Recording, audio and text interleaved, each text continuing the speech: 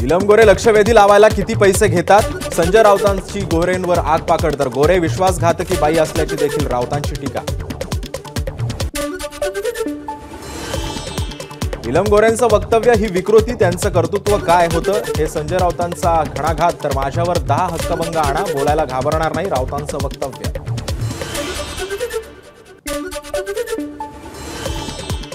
साहित्य संमेलनाचे स्वागताध्यक्ष म्हणून शरद पवारांनी देखील गोरेंच्या वक्तव्याचा निषेध करायला हवा, संजय राऊतांची मागणी।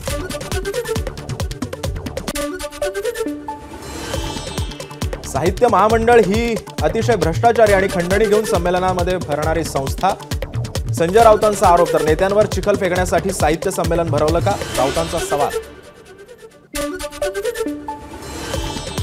विधानसभा निवडणुकीवेळी नीलम गोरेंनी पैसे मागितले, ठाकरेंच्या सेनेचे नेते विनायक पांडेंचा नीलम गोरेंवर हल्लाबोल, तर पैशाच्या व्यवहाराशिवाय गोरे कार्यकर्त्यांना न्याय द्यायचा नाहीत, पांडेंचा सनसनाटी आरोप।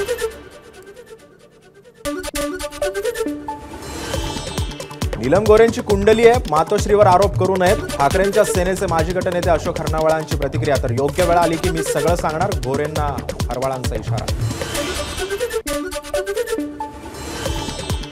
उद्धव ठाकरेंनी निष्ठावंतांना तिकीट नाकारलं, पण संजय शिरसाट यांचा आरोप, तर मराठवाड्यामध्ये अनेक ठिकाणी ठाकरेंचे पैसे घेतले आणि तिकीट वाटली, शिरसाटांचा ठाकरेंवर निशाणा। संजय राऊतांना एका बाईला निर्लज्ज म्हणताना लाज वाटत नाही का, संजय शिरसाटांचा सवाल, तर महिलांना अपमान करायचा तुम्हाला अधिकार नाही, शिरसाटांचे राऊतांना खडे बोल। नीलम गोरेंवर बोलताना संसदीय मर्यादा पाळायला हव्यात, शंभूराज देसाईंची प्रतिक्रिया, तर संजय राऊत खासदार आहेत, त्यांना काही आक्षेप असेल तर त्यांनी संसदीय पद्धत वापरावी, देसाईंचा राऊतांना सल्ला। नीलम गोरेंना उद्धव ठाकरेंच्या विरोधात बोलल्यावर वाटत असेल तर शिंदे मंत्रिपद देतील म्हणून अशी वक्तव्य करतायत, ठाकरेंच्या सेनेच्या उपनेता विशाखा राऊत यांची प्रतिक्रिया। संजय राऊत आरोप करण्यामध्ये एक्सपर्ट आहेत, रामदास आठवलेंचा राऊतांवर घणाघात, तर शिवसेना वाढवण्यात नीलम गोरेंचं मोठं योगदान आहे, महिलांचा अपमान करणं योग्य नाही, रामदास आठवलेंची प्रतिक्रिया।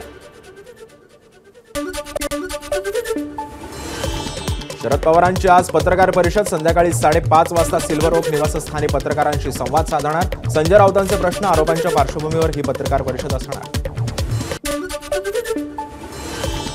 नीलम गोरेंविरोधात ठाकरेंची सेना आक्रमक, गोरेंच्या मुंबईतील घराबाहेर वाढवली सुरक्षा।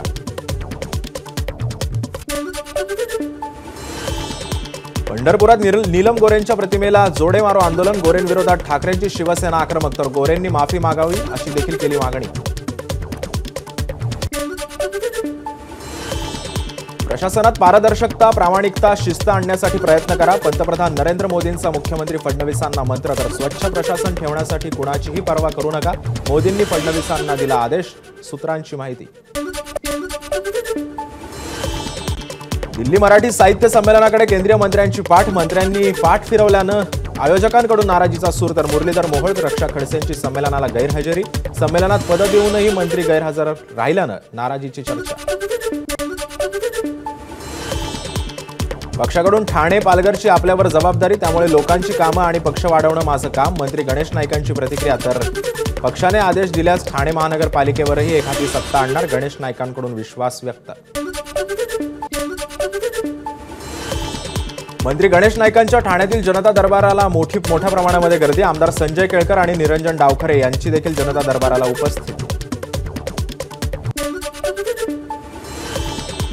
शिवसेना ठाकरे गटाची माजी आमदार सुभाष भोईर यांनी घेतली गणेश नाईकांची भेट, गणेश नाईकांच्या जनता दरबारात निवेदन देत घेतली भेट। कल्याण डोंबिवलीतील 65 अनधिकृत इमारतींचा प्रश्न मार्गी लावावा, ठाकरेंच्या सेनेचे नेते दीपेश म्हात्रेंचं गणेश नाईकांना निवेदन, तर गणेश नाईकांच्या जनता दरबारात दीपेश म्हात्रेंनीही लावली होती उपस्थिती। ठाण्यातील दिव्यामध्ये बेकायदेशीर इमारतींवर महापालिकेकडून कारवाई, दिव्यातील रहिवाशांकडून पेट्रोलच्या बॉटल्स आणि प्रतिकात्मक पुतळे दर्शवत केला निषेध। LIC कर्मचाऱ्यांनी घेतली मनसे अध्यक्ष राज ठाकरेंची भेट, त्यांच्या मागण्यांसंदर्भात शिवतीर्थ निवासस्थानाबाहेर झाली राज ठाकरेंसोबत भेट। छत्रपती संभाजीनगरमध्ये विद्रोही साहित्य संमेलनामध्ये धनंजय मुंडेंच्या राजीनाम्याबाबत ठराव, देशमुख हत्येप्रकरणी संबंधित मंत्र्यांनी पदापासून दूर राहण्यासाठी केला ठराव। धाराशिवच्या उमरगा बस स्थानकातून कर्नाटकात जाणाऱ्या बस दुसऱ्या दिवशी बंदच. बस बंद असल्यानं प्रवाशांची मात्र मोठ्या प्रमाणात गैरसोय. सोलापुरात कर्नाटकची बस ठाकरेंच्या शिवसेनेनं अडवली. बसवर भगव्या रंगानं लिहिलं जय महाराष्ट्र. कर्नाटकच्या एसटी ड्रायव्हरचा हार घालून आणि गुलाल लावून ठाकरे गटानं केला सत्कार. पुणे पोलिसांकडून कुख्यात गुंड गजा मारणेच्या टोळीची धिंड. गजा मारणे आणि त्याच्या टोळीवर मकोका कायद्यांतर्गत कारवाई करणार. गजा मारणेच्या टोळीकडून आयटी अभियंता देवेंद्र जोग यांना करण्यात आलेली मारहाण. बीडमधील मस्साजोगच्या ग्रामस्थांच्या अन्नदाग आंदोलनाला वारकरी संप्रदायाचा पाठिंबा. उद्या होणाऱ्या आंदोलनामध्ये सहभागी होणार वारकरी संप्रदायाचे प्रतिनिधी. भागचंद महाराज यांची माहिती.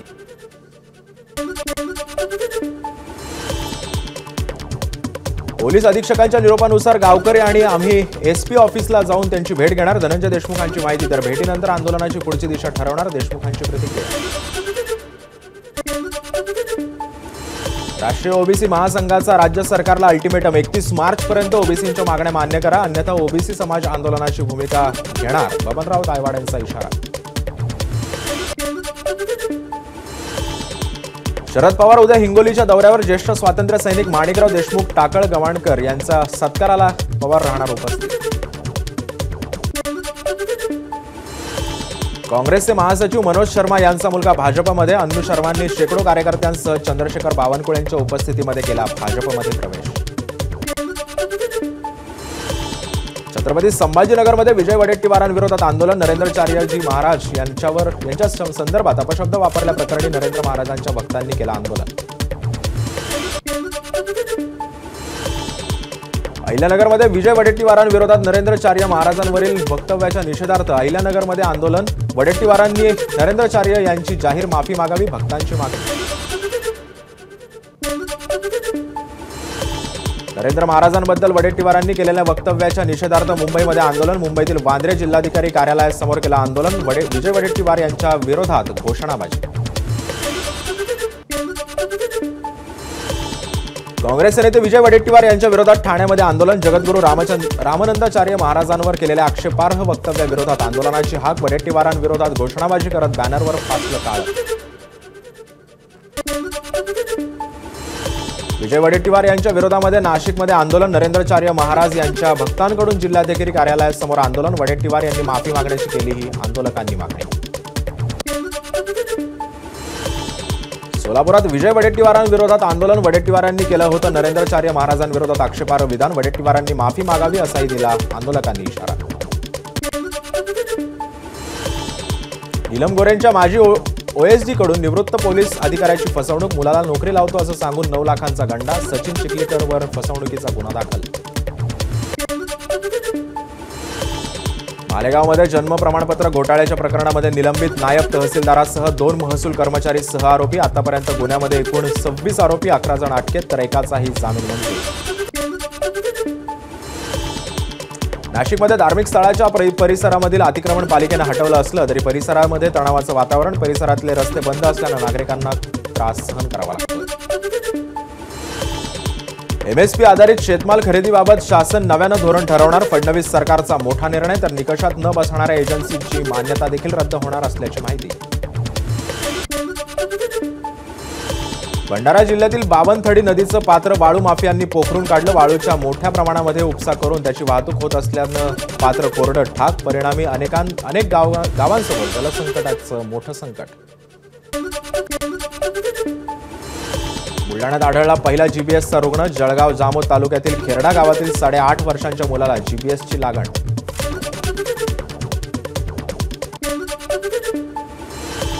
पालघरच्या बोईसर तारापूर एमआयडीसीतील एव्हिओ फार्मास्युटिकल कंपनीवर अन्न आणि औषध प्रशासनाची मोठी कारवाई. नशिल्या औषधांचं या कंपनीमध्ये उत्पादन होत असल्याचं समोर आल्यानं कारवाई केल्याची माहिती.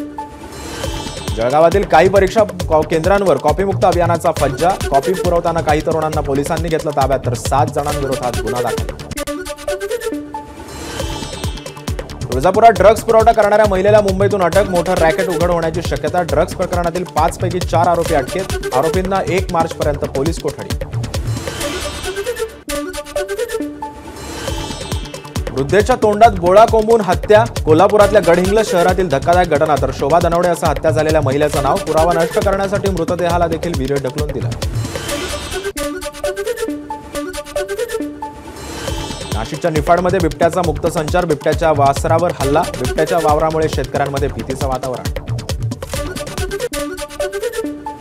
भंडाऱ्यात कत्तलखान्यांकडे जाणाऱ्या 16 गोवंशांची सुटका. मोहाडीत स्थानिक गुन्हे शाखेनं केलेल्या कारवाईमध्ये ट्रकसह 30.84 लाखांचा मुद्देमाल केला जप्त. पुण्यातील चाकण पोलीस ठाण्याच्या हद्दीमध्ये सशस्त्र दरोडा. 4 तोळे दागिने आणि 12,000ची रोकड लंपास. जयराम वाडेकरांच्या घरावर सशस्त्र दरोडा पडल्याची माहिती. अहिल्यानगरच्या जामखेडमध्ये दुभाजकाला धडकून कारनं घेतला पेट. जामखेड बीड रोडवरती नवले पेट्रोल पंपाजवळ झाली घटना.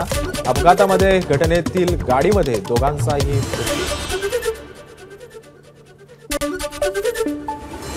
अमरावतीच्या राहट गावामध्ये पतीकडून पत्नीची गळा दाबून हत्या. पत्नीच्या हत्येनंतर पतीनं देखील जीवन संपवल्याचा प्रकार समोर. हत्येचं कारण मात्र अद्याप अस्पष्ट. दोघांचा 7 महिन्यांपूर्वीच झालेला विवाह.